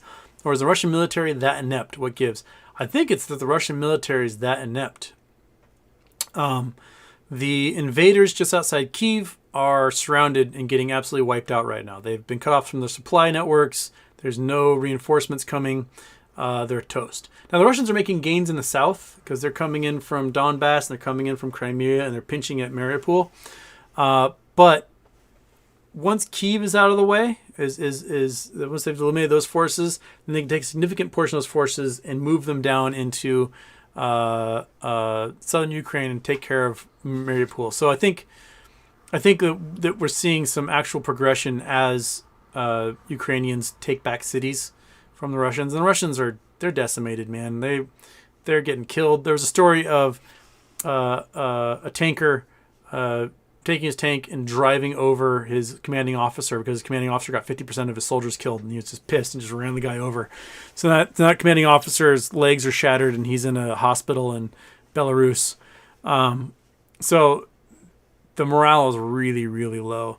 The morale is really low, not just because, they're getting their ass kicked and they're under-equipped, but the Russian military is made up of ethnic minorities. So Russia's a huge place. Go back to the map here. Let's go back to the map. Bing. Russia's gigantic. It is all of this, right? This huge chunk of land here. Now, ethnic Russians make up this side and this area here. Everyone else, you got people from the Caucasus, you've got Kazakhs and Turkmens and Mongolians and Siberians and just tons of ethnic minorities. Now, ethnic Russians aren't actually breeding very much. They don't have very many kids. Therefore, there's not too many kids to conscript from these places. So the poor ethnic minorities are the ones that get conscripted, and they don't give a shit about Russia. They care about their own little tribes and their own little clans, and all of a sudden they find themselves in the military fighting for Russian interests in Ukraine. They don't give a shit about Ukraine. And the Russian campaigns for these folks are really lame. Like, they're like, hey, fight for Russia and finally be called a Russian. And so, like, oh, my reward for fighting for your military is that you get to ethnically wipe out my identity and I get to be called Russian. I don't give a shit about Russia. So the losses in Ukraine via these ethnic minorities are huge. I was reading about, I can't remember which little federation it was in here, but the population was like 80% Russian and 15% Kazakh. And the Kazakhs represent like 80% of the deaths from this region in this conflict so far, because all the ethnic Russians that live here are wealthier and don't have to send their kids. But all the Kazakhs are poor and live in like little shanties, and the military may be their only way to make a living. But even when they're making a living, they're only making $12.60 a month anyway as a conscript. And they get to Ukraine, they don't know who these people are, why they're fighting them. They're getting yelled at and abused by the commanders, and they go, fuck this, and they leave. So Russia has a huge morale problem in this battle in Ukraine, and the fact that it didn't take 2 or 3 days like they had planned means they're now stuck in this quagmire that's going to last forever until they basically just get pushed out, because they're going to run out of soldiers, and people are fleeing Russia because they don't want to be conscripted, and their currency is worthless, and they're just getting out while they can. So yeah, I think the markets now are like, all right, Russia's passe. So Russia may have to go nuclear to get anyone's attention at this point, but they're losing big time.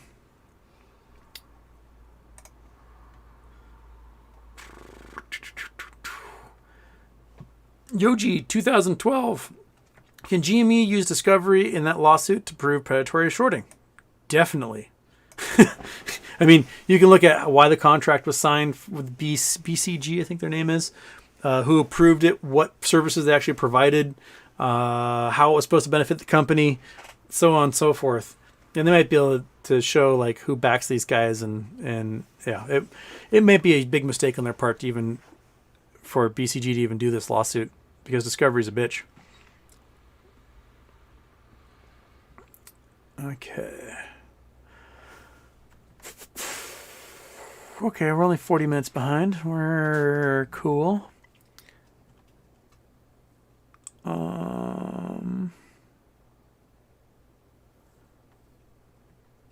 Seriously, what is Roxanne? What's she doing there? Everyone keeps deleting all our stuff. She's posted a lot, and all of us deleted. I don't know what's going on.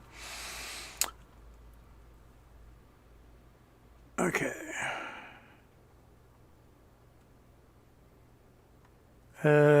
Bat Bones. I missed a comment from Bat Bones. Sorry. Let me find it here. He's adding Jonathan. Bat Bones. Let me scroll if I missed something from Bat Bones.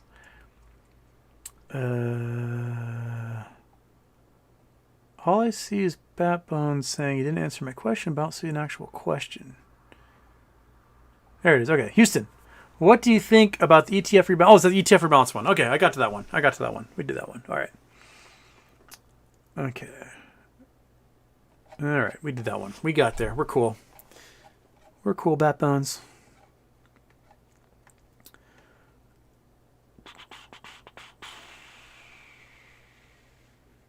William Morgan, that's why silver is a mythological metal against evil. So it's talking about the antibacterial things of nature. Okay, all right. Okay, I see what you guys are talking about. Talk about copper, and then talk about silver.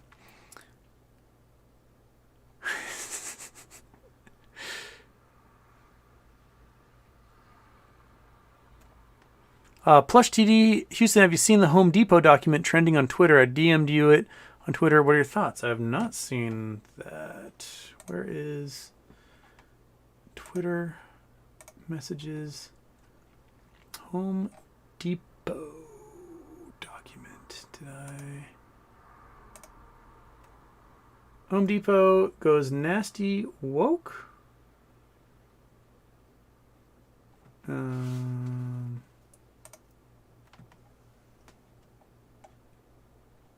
Leading practices unpacking privilege. What privilege looks like. I don't know, I'll have to look this thing up. All right, I'll look at that. It's writing's really small. I'm going to look at that thing closely. But I'll check it out. I'll check it out there, Plush TD. Let me just accept so I know it's in my inbox. There we go. I'll check that out. Okay.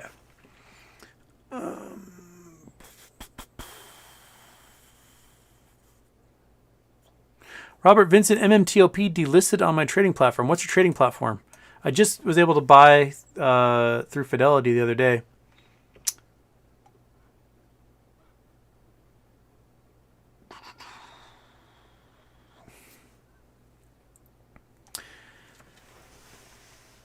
Dame Horatia says, Houston, can we nominate you on the AMC board? Would you do it? How many nominations does a person need? I have no idea how many nominations. Sure. Yeah, why not? I'll be on the AMC board. I'm sure they would love me to be on that board. But I have no idea how many nominations. I think one nomination should be able to do it. But if there's multiple nominations, I think there's a, if I remember correctly. So there are corporate documents that, like the Articles of Corporation, that has how to nominate, and I think there's actually a board. AMC board nominations. I think there's a there's a governance committee. So if we go Google Earth, shut up.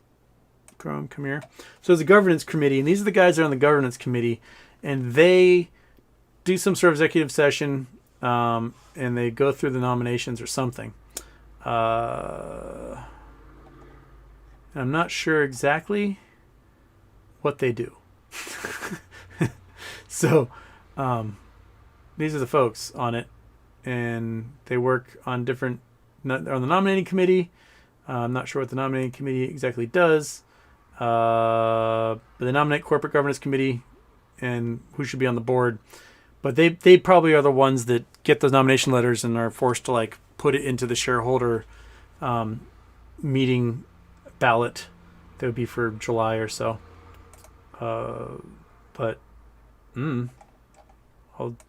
Oops, and I mean to click on that. Click on this. Copy that. I'll throw that in here. And then where's the other SEC doc that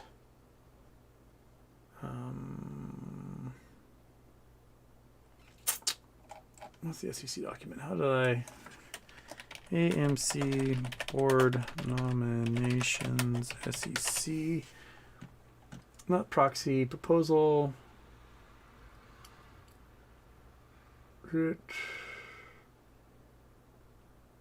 This one? Yeah, I think it'd be this one. Dear stockholders. No, this is one of the committee meeting. They're the shareholders meeting. I retweeted it the other day. I can't remember which one it is. That's governance committee one we just did. This one, that's AMC Networks. That's different. AMC, that's AMCX.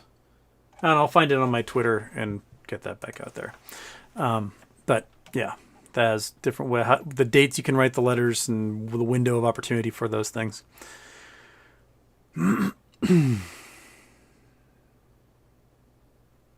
John Crossan, used to not only be a big bag holder. I'm definitely holding BBIG bags right now. I'm holding Centro bags as well. They used to be naked.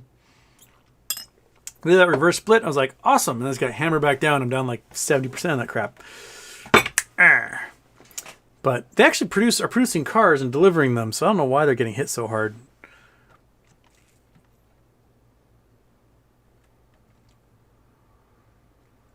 Stonkonator, I think some of the action today was Ryan Cohen buying more. Maybe. Yesterday he announced it right away. But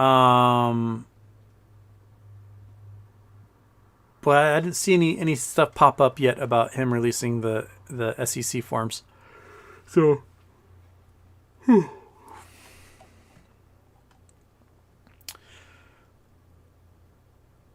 okay.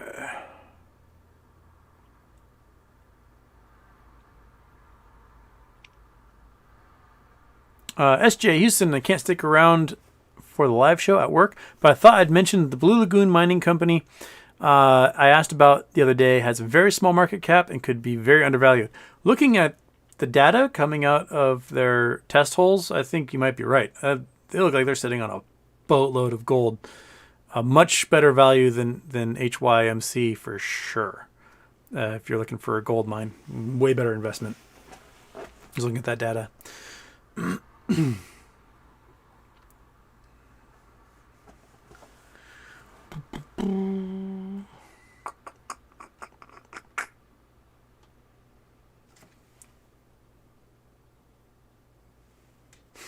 CJ Neal, your Hot Pocket video made me curious, so I tried one. It was pretty gross. Don't eat those anymore, for the love of God. Yeah, I have no intention of ever eating Hot Pocket again.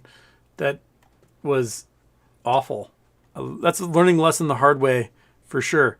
And I'm glad there's somebody else who has been completely ignorant of what a Hot Pocket was like, because I'm not the only one. Now we're going to have to just feed them to people that live in developing nations just to see what their reactions are. Because the rest of the Americans apparently know. Gold foil jumpsuit Houston. I asked a question a while ago, but I think you might have misunderstood. If I buy MMTLP, will it later be turned into Oilco stock, which will be turned into divvy worth around $20? Yes. The MMTLP will become Oilco, and the Oilco will become the dividend that's IFRD. I don't know if it's going to be for $20. A lot of people are estimating it's going to be more for that. I'm just hoping that it's more than $10. If it's more than $10, I'm happy. I made 10 grand off of a $1,000 investment. Woohoo! If it's more than $20, even better. If it's $50, rad. There's some estimates might be as high as like $100 if oil hits like $200 a barrel. That'd be fantastic. But eventually they're going to make a sale eventually. They need oil. Everyone needs oil. The price is going high. It's going to be very profitable. Thomas Rosales, what do you think about Robinhood taking away instant cash? I think Public did something similar. You have to wait 2 or 3 business days if you have deposited $5,000 or more. Yeah, I mean I think it is a type of margin that they don't want to offer anybody anymore. Hey, buddy, there you go. Hi, you special little dog. Yeah, just get on there. Just hug that thing. I think it's a little shady because the entire purpose of their trading app was to make this stuff accessible. They may say that they've been, giving people this ability to do this instant trading, and then their accounts aren't reflecting, aren't transferring through or something. I don't know. Is it for everybody, or the people? Like, if people have, it's like the gold or platinum account or whatever, do they still have the ability? I'm not sure how that all works. But yeah, Robinhood's shady as shit. But then again, I can put money into my Fidelity account, which will allow me to trade exchange traded stocks, like on the NASDAQ or the New York Stock Exchange. But if I want to trade OTCs or pink sheets, I've got to wait until the cash settles before I'm allowed to touch it. So, like when I recently bought the rest of the MMTLP shares, I had to wait like 5 days before they allowed me to buy them. Which is, it is what it is. I just wish that our payment processes and confirmation of that payment process just worked faster. Yeah. How hard is it to go, oh yeah, there's money in this account. We're just going to take that and put it into that account. Done. Why does it take 5 days to do that? I don't know. It's silly.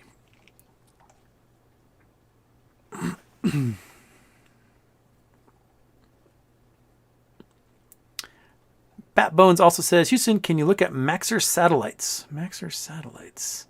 These guys are watching Russia big time. Might be a good play.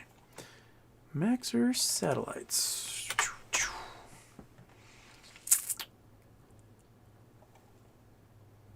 Earth intelligence and space infrastructure. Helping organizations explore space, connect humanity, and protect our planet and its people. So there's a little satellite looking down the Earth. Explore. All right. So these are renderings of their satellites. Brazil spacecraft for deck missions. Downlink on demand. Space-based communications. I'll look into them further. I know there's lots of... they've been using...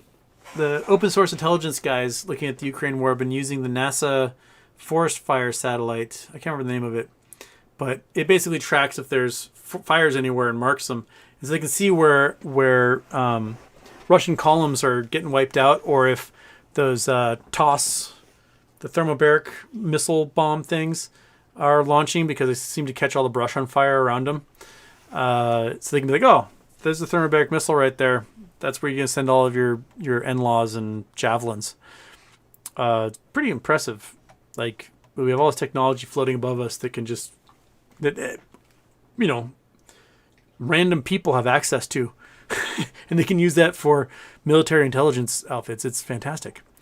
Okay.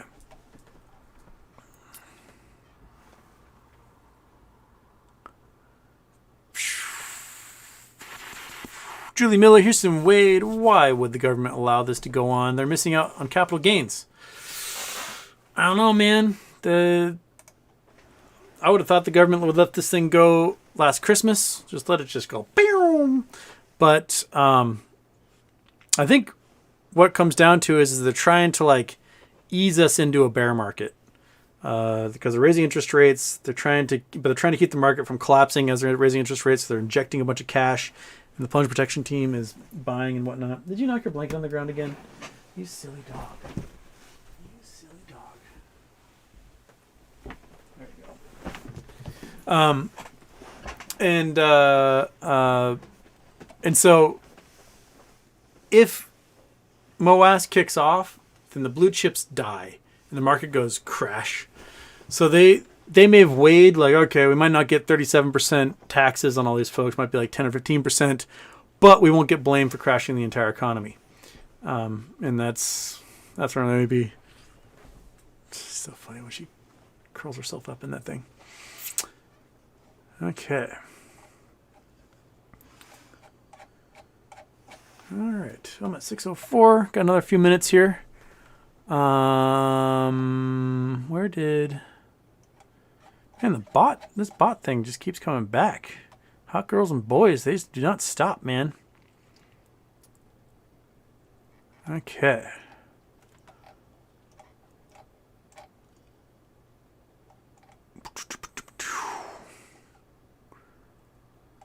All right. Oh, Jersey's got something for me. Myra Concert Hall. Where are we going? Let's go somewhere. Bing. Bam, bam.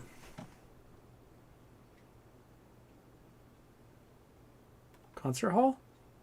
In the middle of Saudi Arabia?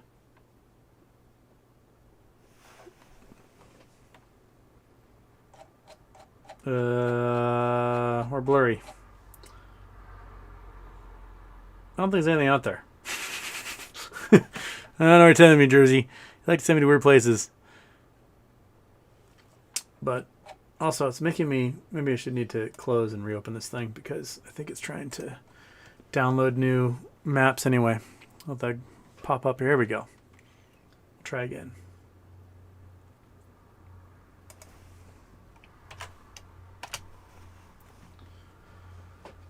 Okay. Concert hall somewhere in the middle of Saudi Arabia.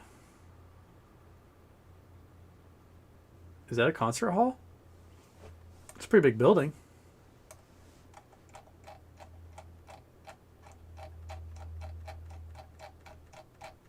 Take me in. Take me in, man.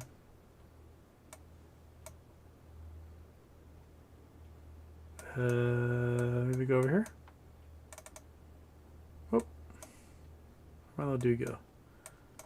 Ah! What happened? Where am I? What's happening? Where I lost myself? I lost myself. There's my spot. Okay. So we want to drop our little dude here. Some helicopter pads there. So what's going on out here? What's going on? I need to drop all the way in. Come on. There we go. All right. Got some dudes. We got one of those things. Oh, look at this. All right. That looks much fancier. That's cool looking.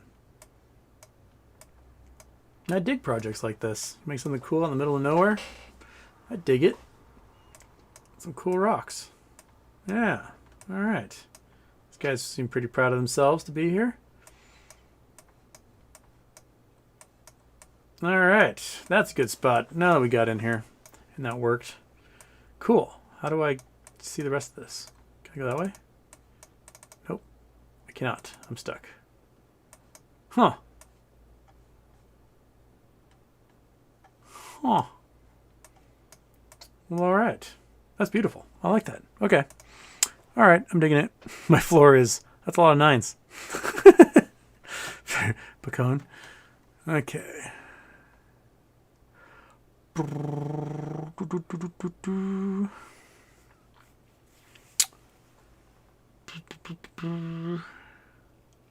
Everton, Houston, are you still holding your GME call? I am. I'm up. Well, it closes at like 3 grand, so I'm up 10x on that sucker. Not too shabby. Where'd we finish? Now that BBIG still at 318. Awesome. We're at 135, so maybe back down to like 2,800. I'm hoping that it will jump. My call is for 422, so I might give it another. Might see what happens next week, and see if we do that jump to the $300 range, and then just go bing. Because I seriously bet I bet the hedge funds are going to try to hammer it down again. That's what they do. They try to hammer this stuff down, and then we start all over again. So I'm going to hold my shares as a hedge, and then play these options and see if I can generate some cash, because that's what they're doing. Why not? I'm going to play that way. Not financial advice. I'm not a financial advisor, but I am also a risk taker, so I'm going to risk it all. Not really risk it all. Risk some. Risk that call to generate some cash, to do some more puts, to generate some calls, to blah, blah, blah, blah, and just bounce those off of each other. Why not? Juan Rowe, do you think the bottom is in the market today? I think the market's got a long ways to go till it hits bottom. A very long way. Bex, hey Houston, happy birthday. What's with the Twitch channel? Your vids are all gone. They're gone? Haven't seen you in stream in ages. I haven't been able to stream because I've been at my mom's taking care of her post her hip surgery. So I don't have a setup. And my laptop started freaking out. So my laptop believes at the moment, it's got a touch screen, and it believes that like I've got 10 fingers touching the screen at all times.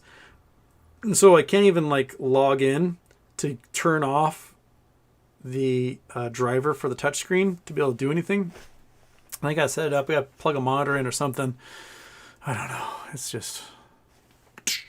so I wasn't able to use my laptop in Mom's house at all. I don't know what's going on. It might have gotten bumped or something. It's supposed to be the type of laptop you can throw out of an airplane. It's like the military spec rough book from Dell that, they take the special forces uses out in the jungle and stuff. But it's freaking out. It's a few years old now, so maybe it's just time. Maybe it's freaking out because it just doesn't like it. Okay. All right.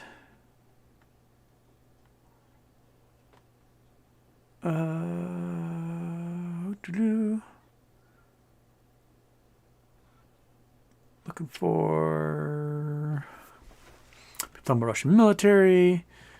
The porn bot still raging.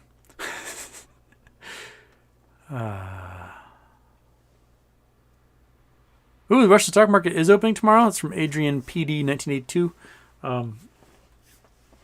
I think Russia's going to watch it go. Unless they do some sort of crazy manipulation to pretend like everything's all right. Or they just falsely... Maybe they spent the last month creating code to falsely report prices of stocks in Russia or something.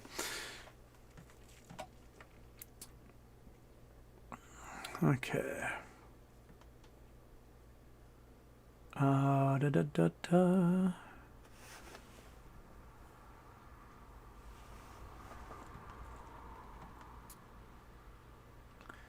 Jim, have you checked Loopring? Last I checked, 47%. Was that 47? I last checked last night. I didn't check it all today. Let's see here. Open up the coin thing. Where are we now?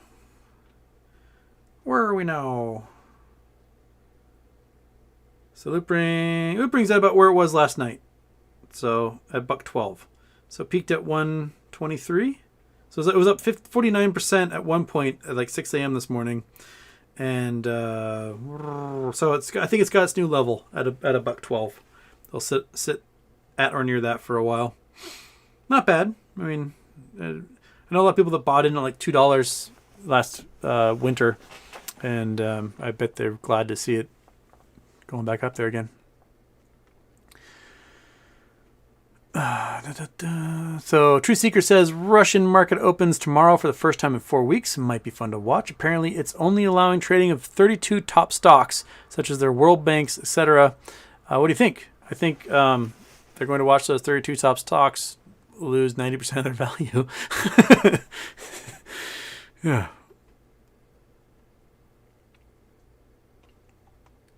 Okay, people talking about U.S. dropping bombs, which we do a lot of. Missy Mills got a spot for us. This looks like possibly East Coast. Where are you taking me, Missy? Where are we going? Bam, bam, bam. All right, flyer on the world. Got to spin up.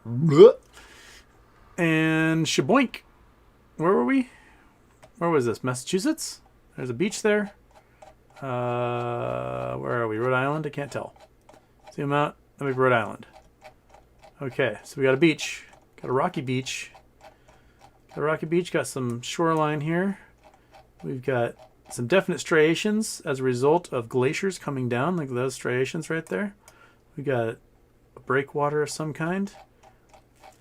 We're on a cliff. So how high is this cliff? Oh, that's a lovely spot. That's a good view.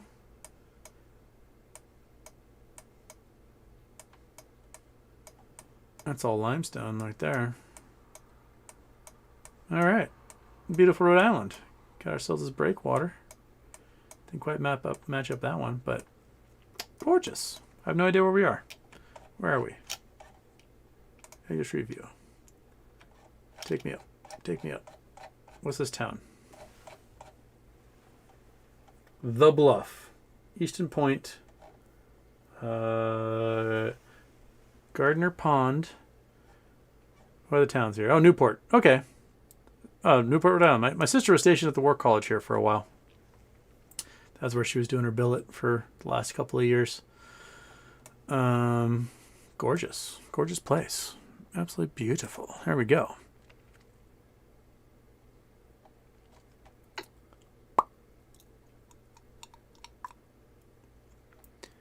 Aaron Celentine saying $80 MMTLP. I would love that, man.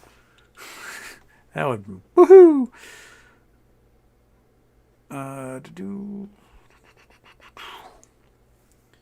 Okay. All right.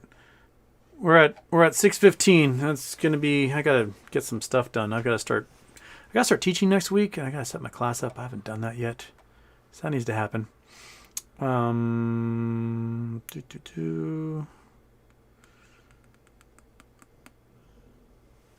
Sean Marcos, any idea why GME's volume is 24 million?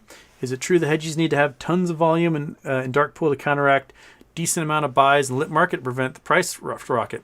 I think that's exactly what needs to happen.